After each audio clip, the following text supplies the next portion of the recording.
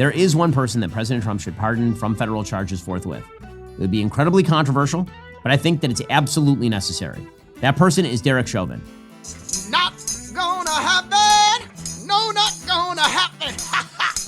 President Trump should, in fact, pardon Derek Chauvin. He should. He should pardon him his federal charges. Shut up, bitch!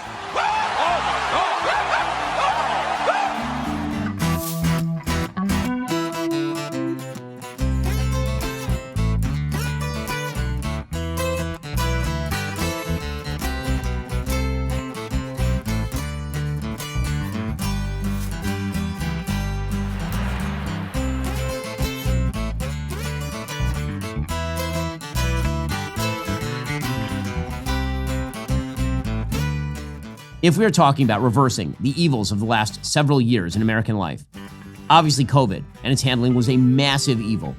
Destroyed the economy, set us on a path to fiscal insanity, destroyed children, led to massive health-related cover-ups, just horrifying all the way around. And President Trump has taken on a lot of those things. But when it came to BLM, the inciting event for the BLM riots that caused $2 billion in property damage in the United States and set America's race relations on their worst footing in my lifetime, was in fact the railroading of Derek Chauvin in the death of George Floyd. The evidence demonstrates that Derek Chauvin did not in fact commit murder of George Floyd. Why the fuck you lying? Why you always lying? Oh my God, stop fucking lying. George Floyd was high on. He had a significant pre-existing heart condition. George Floyd was saying he could not breathe before he was even out of the car. He was in the car saying he could not breathe. Derek Chauvin, for a large segment of even the tape that was shown, had his knee on George Floyd's shoulder or back, not on his neck. The autopsy of George Floyd showed that he had no damage to his trachea, that probably George Floyd died of excited delirium.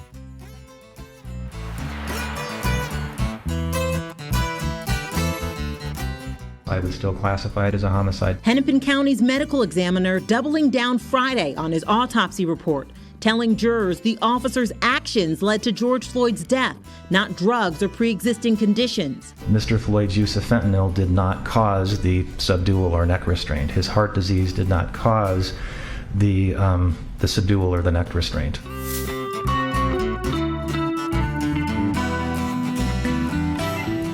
Autopsy of George Floyd showed that he had no damage to his trachea, that probably George Floyd died of excited delirium.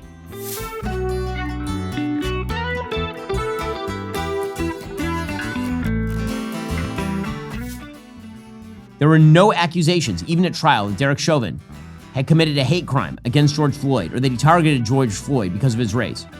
Nonetheless, on the basis of extraordinarily scanty evidence,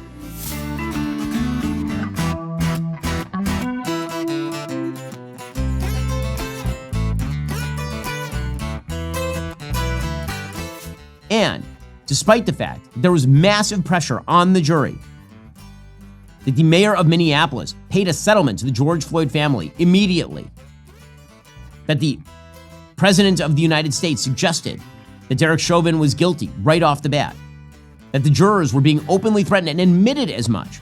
Despite all of that, Derek Chauvin was convicted on federal charges and pled guilty to federal charges.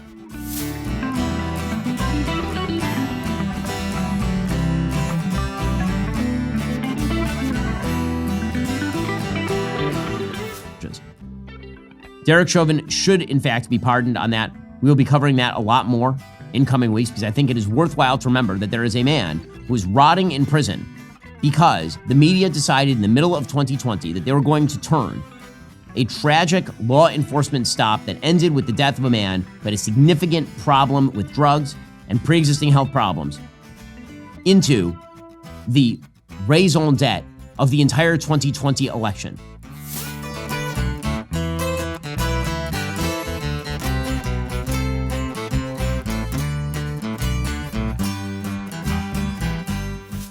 And it led to vast chaos. It led to, again, the destruction of racial comedy in the United States, $2 billion in property damage, and a guy rotting in prison who the evidence demonstrates certainly was not guilty beyond a reasonable doubt in that case.